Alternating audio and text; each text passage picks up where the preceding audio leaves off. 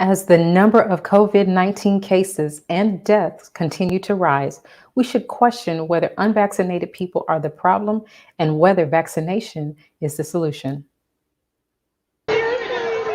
Reopening is cause for celebration across the U.S. as COVID case counts and deaths dip to their lowest points in the pandemic. But in the American South, there's concern below average rates of vaccination, coupled with the highly contagious Delta variant, could lead to a brand new wave. Does the Delta variant change the equation? It does change the equation. The virus spreads more rapidly. You have a much greater chance of getting it. So the vaccine is your one surefire way of preventing getting sick. Lower vaccination rates have been driven partially by hesitancy and partially by a belief that the pandemic is over. In some areas, the number of vaccinated individuals is abysmally low, risking a virus resurgence. With us this evening to speak on this topic and more is NNV Weekly contributor, Dr. Akili Muhammad. Greetings, sir. Greetings, ma'am. Thank you for having me. Yes, sir. What are the COVID-19 cases looking like in America and around the world at this time?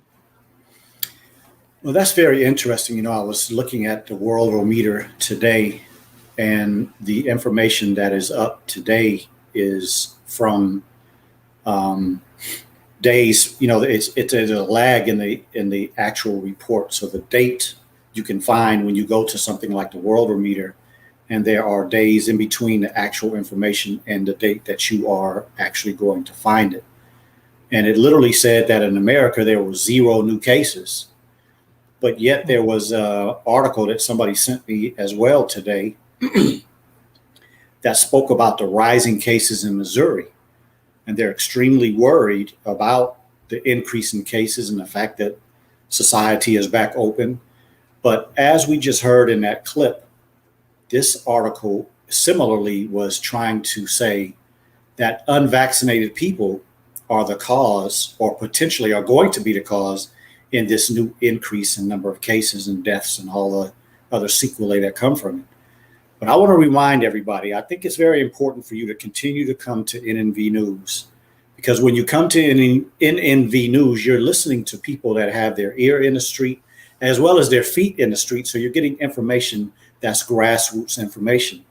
We cannot continue to trust a media that is speaking for the powers economically and not for the people. And I'm saying that for a very serious reason, because if we are going to blame the non-vaccinated people in this country, then what is the explanation for where this Delta variant came from, which is India? India started their vaccination program in January, and in April, their cases went I think it was May, their cases went absolutely crazy. They went from one of the lowest countries to one of the worst countries in the world after their vaccination program. So please don't continue to listen to information saying that unvaccinated people are going to be the cause for this new rise in cases. There are questions, and many scientists around the world that are highly concerned that it is the vaccinated people that are going to cause an increase in the upcoming cases. And so I'm saying all that as a warning. In reality, the cases are high still around the world in many countries. There are still many, many deaths around the world. And we have to pay very close attention to where we live and try to get the most accurate information that you can to predict what it is that you're going to do in the upcoming days, weeks, and months. Now, Dr. Akili, with the VAERS reporting system, those who have been vaccinated, some of the reports have actually stated that that they have received or been tested positive for the COVID-19 virus. What would you attribute that to, if not for the vaccination? What else could it be? Yeah, so, recently I have spoken with many of my colleagues around the country, and those that are working in emergency rooms and ICUs are saying that they are seeing more cases in their hospitals of people that are having vaccine adverse events, as well as people that are vaccinated getting infected with the COVID-19, way more people in that category than they are finding people that are just getting infected. And so again, we really have to be careful with the source of our information. The mainstream media is pushing all of this rhetoric about non-vaccinated people and the problems that we're causing. But in reality, as the question kind of alludes to, if the majority of doctors around the country are become more and more wary about what they're seeing about this vaccine, and there also are still a large percentage of healthcare workers that are not being vaccinated, then that speaks to something that has to be investigated. Right now, my conclusion, based on the information that I'm reading and the people that I'm talking to around the country, my biggest concern as we speak is what may happen to me being in the company of a vaccinated person. It seems as if there may be some type of decrease in immunity after the vaccine. And a lot of these doctors are telling me it's around the second shot, a little after the second shot of in the two-shot vaccines, of course, Pfizer and Moderna. And in the Johnson & Johnson, it seems to be somewhere in the midst of 2 weeks to a month after the shot, where these people are becoming infected. And so we've seen it recently with the basketball player CP3 for Phoenix. We saw not too long ago with the Yankees. And there are other examples around the country where vaccinated people are becoming infected. And so if a vaccinated person is infected, then that also means they can be infective, meaning infected, they got it. What was the purpose of a vaccine if you still got it?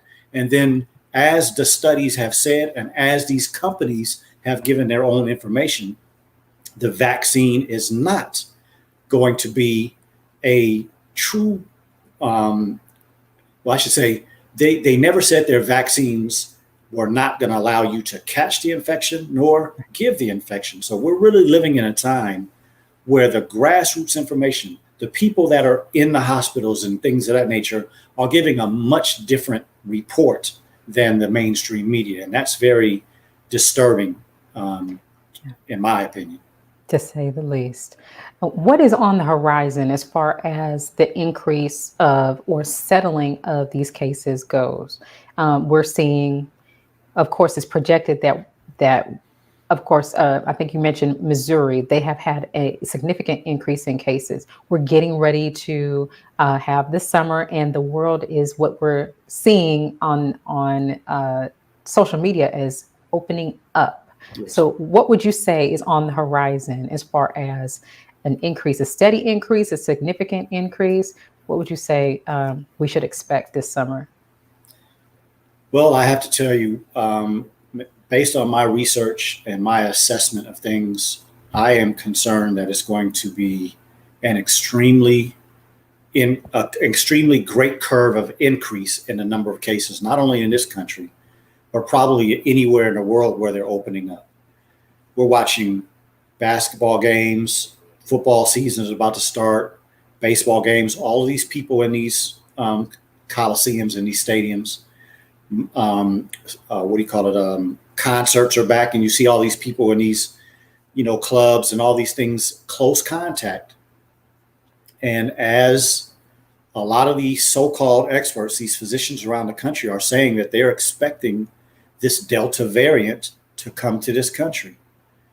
The studies that are coming out of India are saying that this has a greater ability to attract itself to the body, meaning the infectivity rate is higher.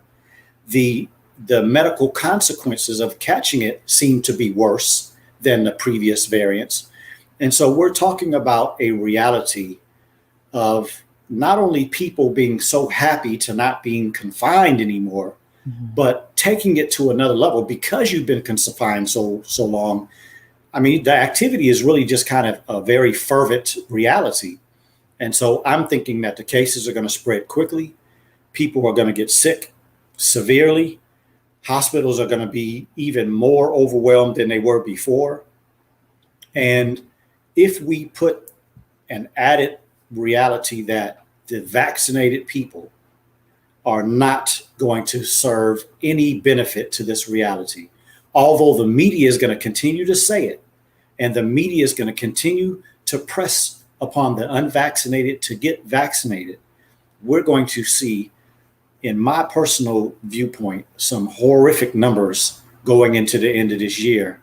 And I believe that what we're seeing right now with just the story out of Missouri, and then, of course, the other story about the people on the cruise, it's about to go similar to what we saw in the beginning months of this country's part of this pandemic, but I actually think it's going to be worse.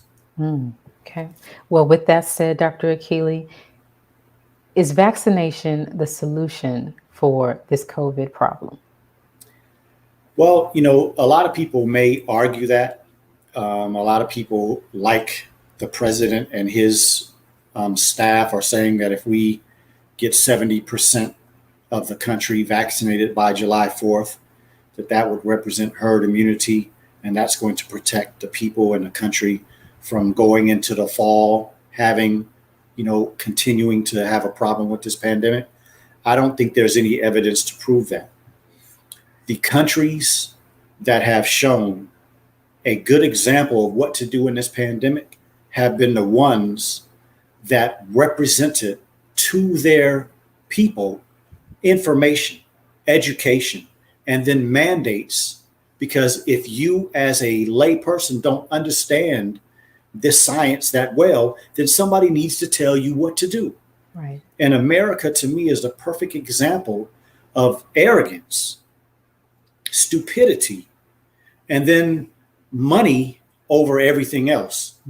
So everybody that saw what happened with Fauci this week, I mean, how can you have any confidence when this is the man that supposedly was the expert for last year and some months? This was who was leading you. This was who was giving you your information. And now you're second guessing any and everything about him. That is the perfect example of what America represents to the people of this country as well as the world. So those of us that are interested in protecting ourselves, I think we really have to concentrate on the factors. India being one. They had a vaccination program that they instituted in January, and then they wind up having more cases than anybody in the world for a certain amount of time after their vaccination program. If America goes down a similar route, which I believe they are, then this, I believe, will prove that vaccination is not anything what the so-called experts and these pro-vaccine people say it is. The numbers and the reality that we're living right now is going to prove that this is really a lie. And then when we add to that the amount of money that these companies are making, and as I've said previous, the number of billionaires that have been produced from these vaccine companies, I think we'll quickly start to understand that this is about money. And then if you think about these books that are behind me, Medical Apartheid, and other books that give you a history of what has been done to Black, brown, and the poor people of this country, then we have to really come to the conclusion that this is a medical system that we never should have trusted during this pandemic. And the proof is going to show itself. And we really need to start doing something different and trusting someone else. Yes, sir. Dr. Akili, thank you. We're going to pause for announcements from our sponsors momentarily. Then when we return, we'll have Dr. Akili back on to talk about the U.S. government and the media's push for vaccines while keeping the public blind to possible alternative treatments. We'll be right back. Be a part of the force that powers truth in journalism. Go to nnvnews.com/donate.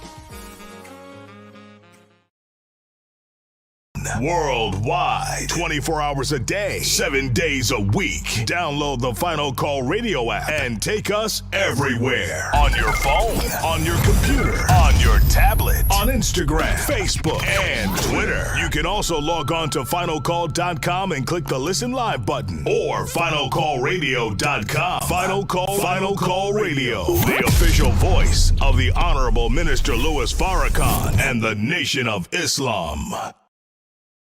Please share your thoughts with us in the comment section below. Follow us on social media at NNV News, and please subscribe to our YouTube channel at National Network View. I am Anissa Muhammad with nnvnews.com.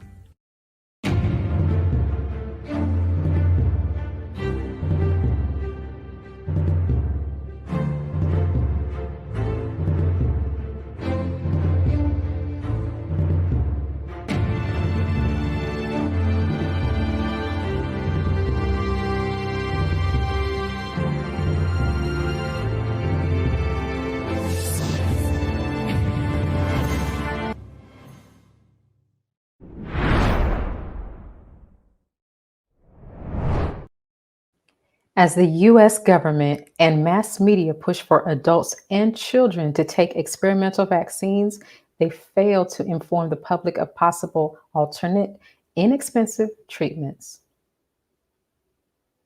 The Biden administration is making a renewed push for vaccinations. The effort to declare independence from the COVID-19 pandemic is only intensifying with news of the new Delta variant, more contagious, more severe, and experts worry soon to be more prominent than any other variant in the U.S., already accounting for 10% of new cases. That happened in a relatively short period of time, and it will likely increase significantly beyond that. Among the biggest concerns, the nearly 56% of Americans who are not fully vaccinated, especially teens and young children. When you're vaccinated, you serve as a wall, as a barrier to infection coming into your home, into your community. The more of us that can get vaccinated, the bigger of a wall we can build around our children. But a new poll reveals why some Americans are still slow to get the shot. 37% of those asked point to vaccine hesitancy, but nearly double that number say they faced barriers in trying to get the shot, including difficulty making an appointment or believing they were not eligible. Joining us again is Dr. Akili with more on this. Dr. Akili, the Final Call News reported that the U.S. government and mass media are keeping the public blind to possible inexpensive treatments for COVID-19, while at the same time pushing for vaccines. Why are they refusing to promote these other treatments or therapies that can fight off this disease? Yes, I think that speaks directly to the ending of our last segment, and that's about the money that's associated with these vaccines. Mm-hmm. Because we can start with, the treatments that are pretty cheap, but let's start with the ones that are free, right? Like the sun. There are, some scientists that are saying that you can get vitamin D directly for the sun. And there are, of course, many reports from all over the world, many different scientists that are coming to the conclusion that having a low vitamin D level greatly increases your chances for catching this infection. So getting out and getting some sunshine is just about you finding the time and making the decision to do so. Secondly, everybody eats. And so if we were to promote vitamin C rich foods, vitamin D rich foods, zinc rich foods, quercetin rich foods, these are things that we are sure help benefit the immune system. So yes, we could say that costs, but that's not a separate cost. That's your food, your daily intake of food, which should be healthy. And then, of course, many of us have heard about ivermectin, a medication that's been around for a long time.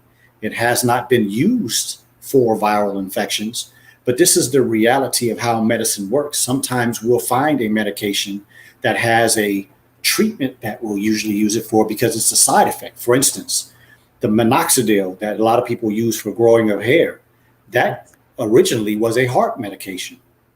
And people that were using it, especially women, were finding themselves having hair growing in places that they weren't used to.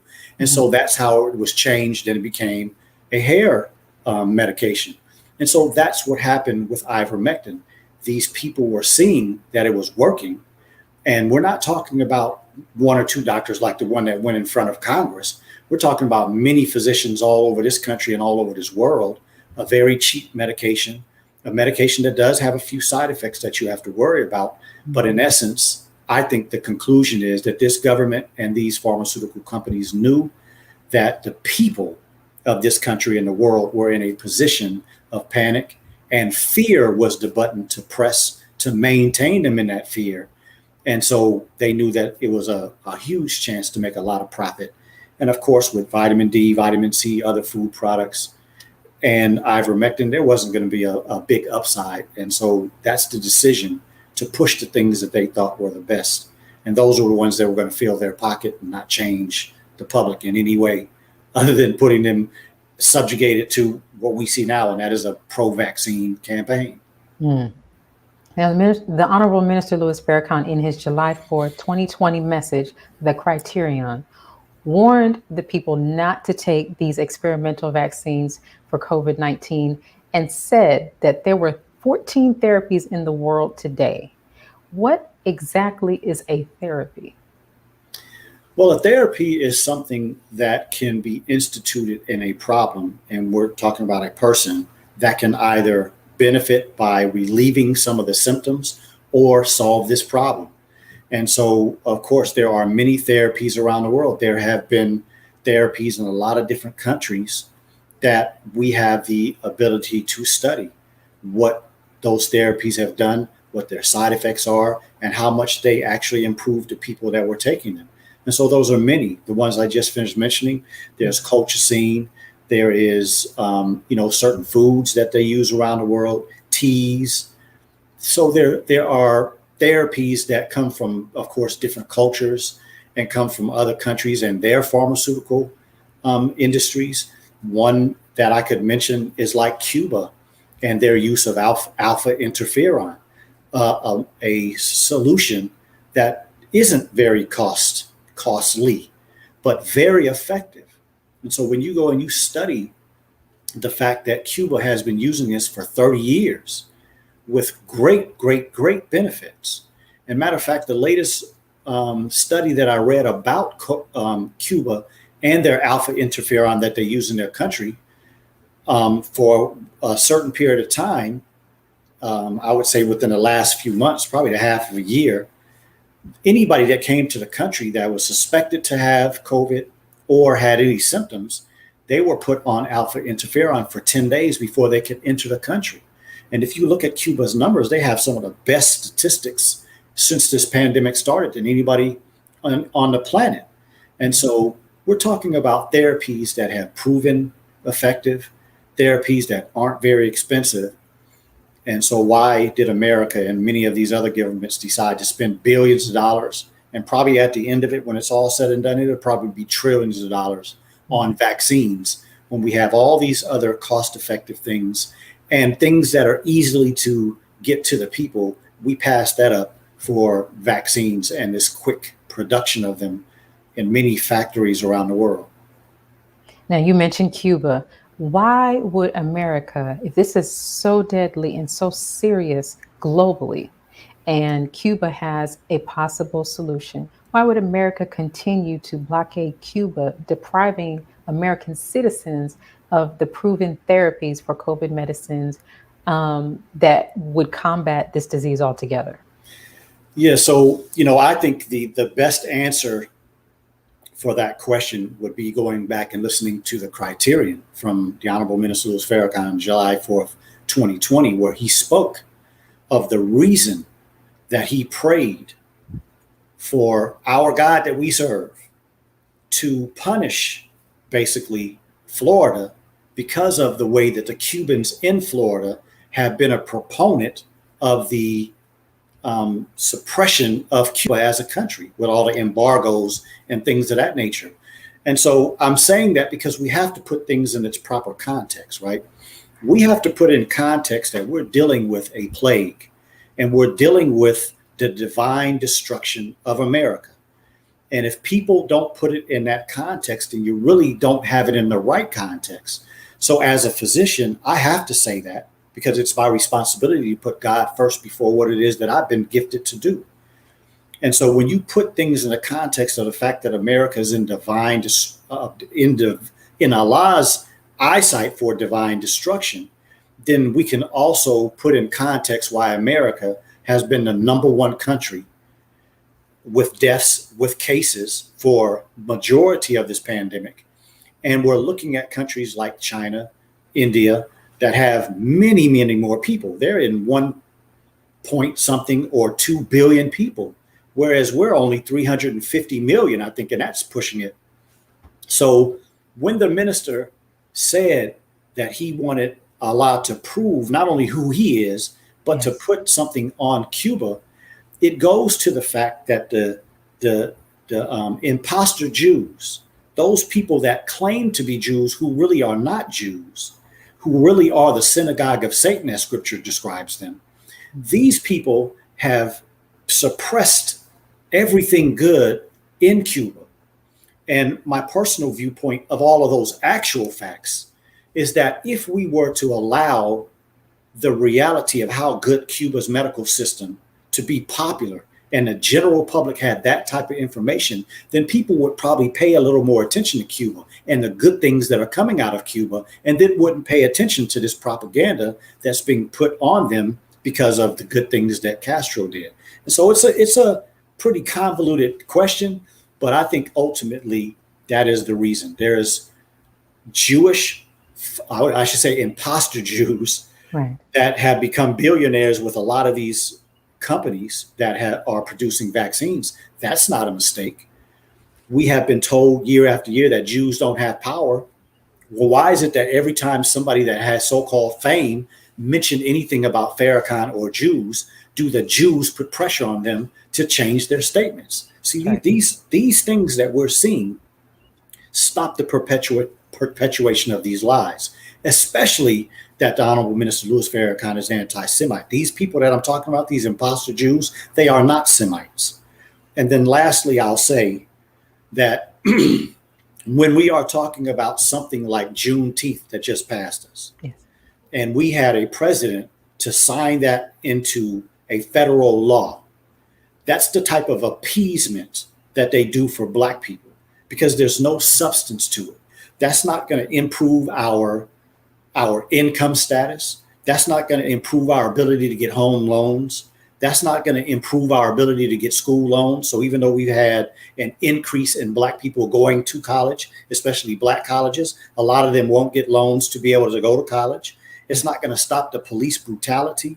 It's not going to stop us from getting freedom, justice, and equality. I should say it's not going to promote us getting freedom, justice, and equality. Mm-hmm. And so the imposter Jews have set up a reality in this country where they force themselves to get the benefits. And we continue to fall for these okie dokie things that are just symbol without any substance. Mm-hmm. I apologize for the length of that, but that was a very, very serious question. That was a very thorough explanation and answer to that question. We're going to pause right here for announcements from our sponsors. After the break, managing our stress and immune health to combat viruses with Dr. Akili will be up. We'll be right back. Be a part of the force that powers truth in journalism. Your support helps to combat false media. Cash App NNV News. Asiatic Minds, online education, helping our children to discover their God-given skills, gifts, talents, and passion that will allow them to see their greatness as well as the greatness of our people. And upon discovering that greatness, infusing them with the desire to use it for the betterment of themselves, their families, our people, and the world. Classes begin September 1st. To enroll, visit AsiaticMinds.com. This is Sister Sajda Muhammad. We are proud to announce that the Sajda House commemorative Elijah coins are finally here. This priceless heirloom, made from recycled copper from the messenger's home, is now available at sajdahouse.com. Greetings from National Network View. This week's Final Call cover story headline is dedicated to a champion in the liberation struggle. As Africa and the Black world are honoring the late Kenneth Kaunda, a hero of the struggle to free the motherland, a longtime statesman and leader in efforts to move Africa forward. Zambia's founding president recently departed this life at age 97. This remembrance and tribute includes a special message by the Honorable Minister Louis Farrakhan regarding one of the giants of Africa. This FCN Volume Number 38 edition middle page article is entitled, "The Judgment of Allah Has Entered America." To read more, subscribe to finalcalldigital.com and tune into the all-new Final Call Radio. This is the nnvnews.com Final Call Cover Report. Please make sure you leave your comments and questions in the comment section below. Follow us on Facebook, National Network View, and make sure to check us out on Twitter as well, National Network View. This is Sergio Gutierrez with National Network View, signing off.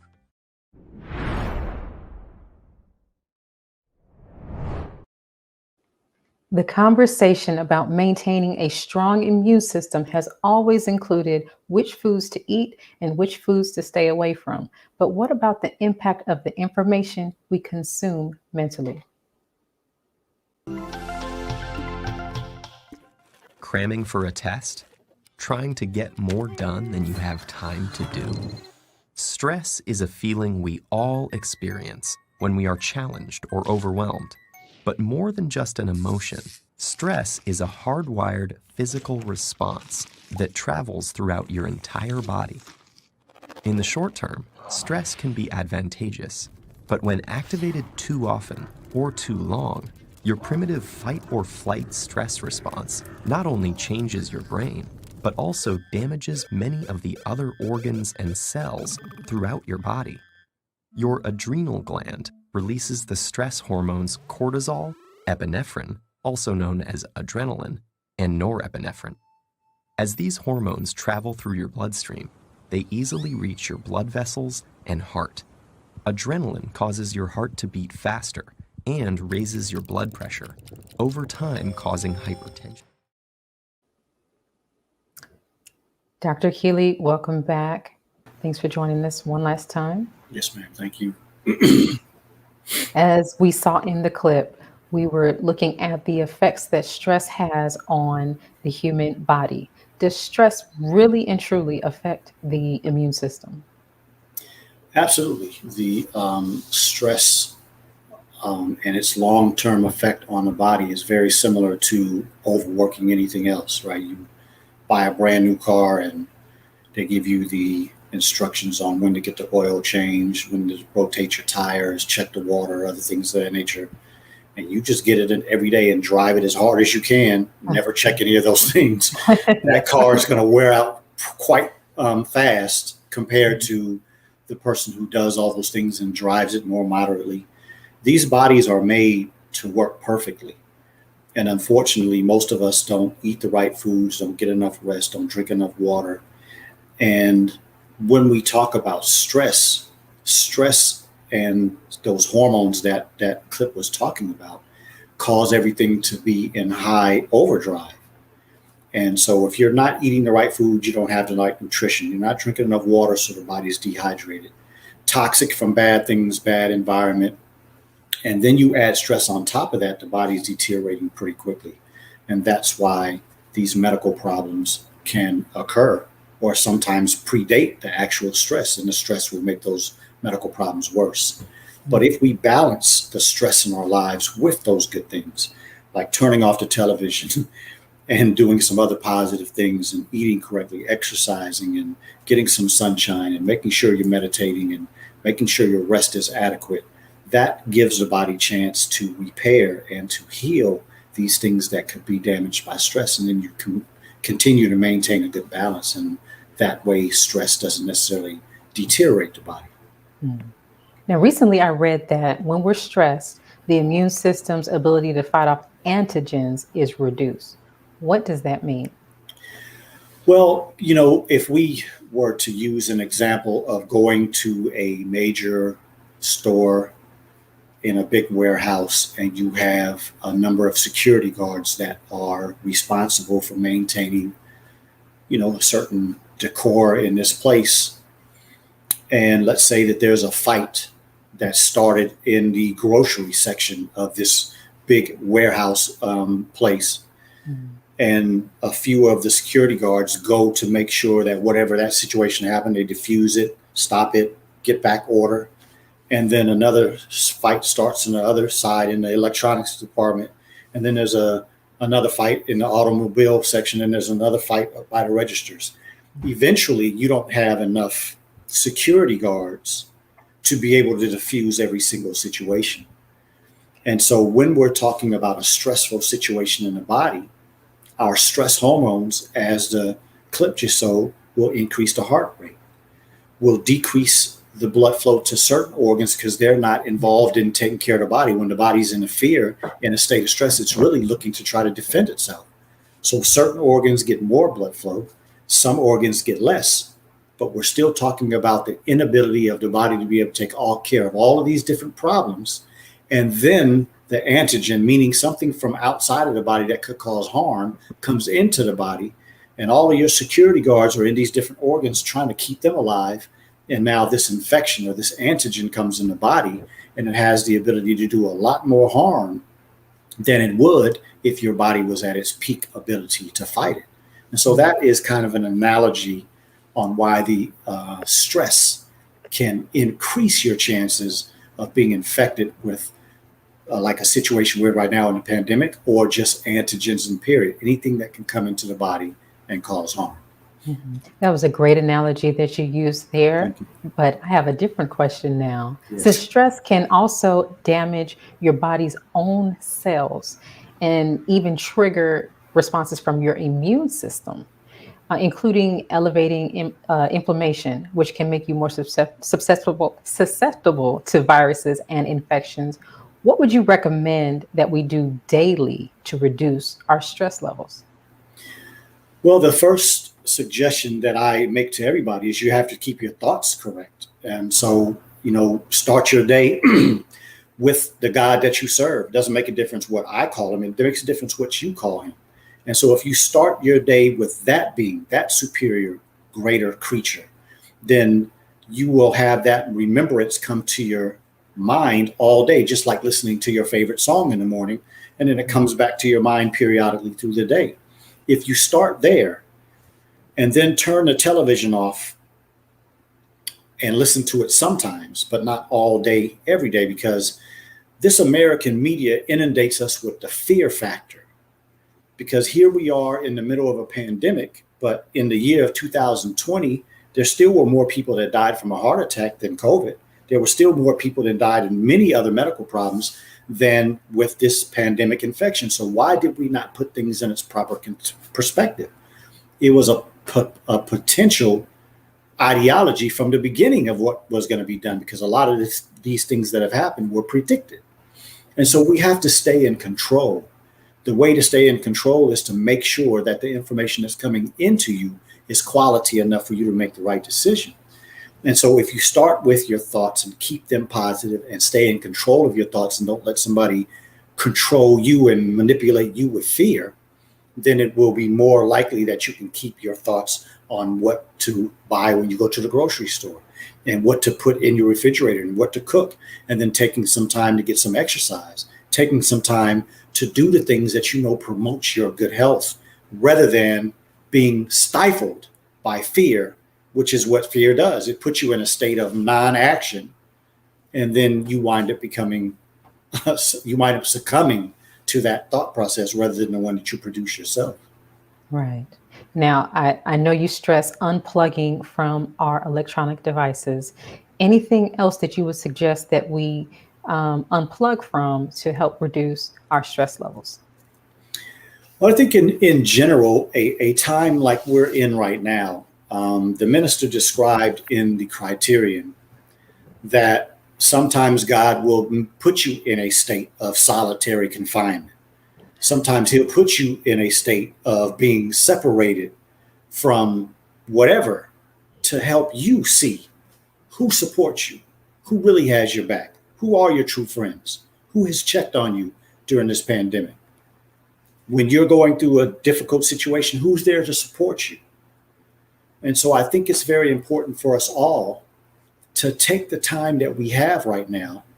Yes, things are starting to so-called go back to normal, but if you're still protecting yourself, take an inventory of the blessings that you've gotten from your Creator and show that gratitude and thankful by being prayerful, and then using that type of energy to plot out where you're going to go from here.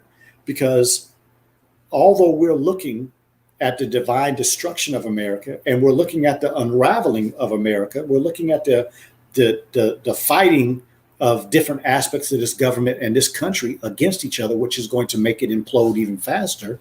Sure. We, you and I, should be plotting what we're going to do to come out of this. Mm-hmm. Because the scripture says, come out of her, my people, so that you don't partake in her plagues and her tribulations. Well, that scripture, in our understanding and what the minister is teaching us in the Nation of Islam, is that specifically is talking to Black people. So coming out of her is getting your mind in tune with what God is teaching you. And a good story for all of you to go read is the one of Moses and the children of Israel. And look at the way that there were people that were afraid to go into the new land because of the giants that were there.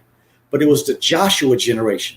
And the minister has taught us it's not necessarily the age, it's the mentality of the Joshua generation. They were eager to get something new. They were eager to leave the old slave, post-slavery traumatic syndrome reality alone for a new reality. No matter how difficult that may be, it's better than where we are and where we have been. And if we start thinking from that perspective, then I think our future is going to be beautiful. But for those of us that can't let go of our slave master and their children, it's going to be like holding on to the rail of a sinking ship. Great analogy. Thank you, Dr. Akili, for your insight. Later on, I expect that you'll have the Ultimate Wellness Group. Can you give us some information on how we can view that discussion?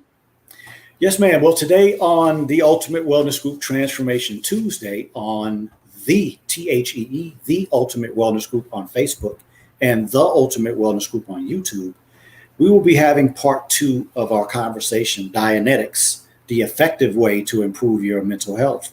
And so I'll have 3 guests and we'll be talking about our experience with the Church of Scientology and their technology Dianetics.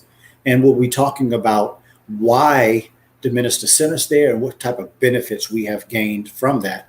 And we'll be answering questions from the participants that were in the program for part 1. So please join us for part 2 this evening, 8 o'clock Eastern time. And I think you'll enjoy it. Come on in, learn a little something, ask a few questions. We appreciate and love having you there. Yes, sir. Thank you so much for joining us. We look forward to hearing more from you next week. Thank you. Thank you. All right. Thank you for joining us today and tuning into National Network View News. Please share your thoughts with us in the comment section below. Follow us on social media at NNV News, and please subscribe to our YouTube channel, NNV News. This is Rosalind Parks for National Network View News. Good night. Be a part of the force that powers truth in journalism. Go to nnvnews.com/donate.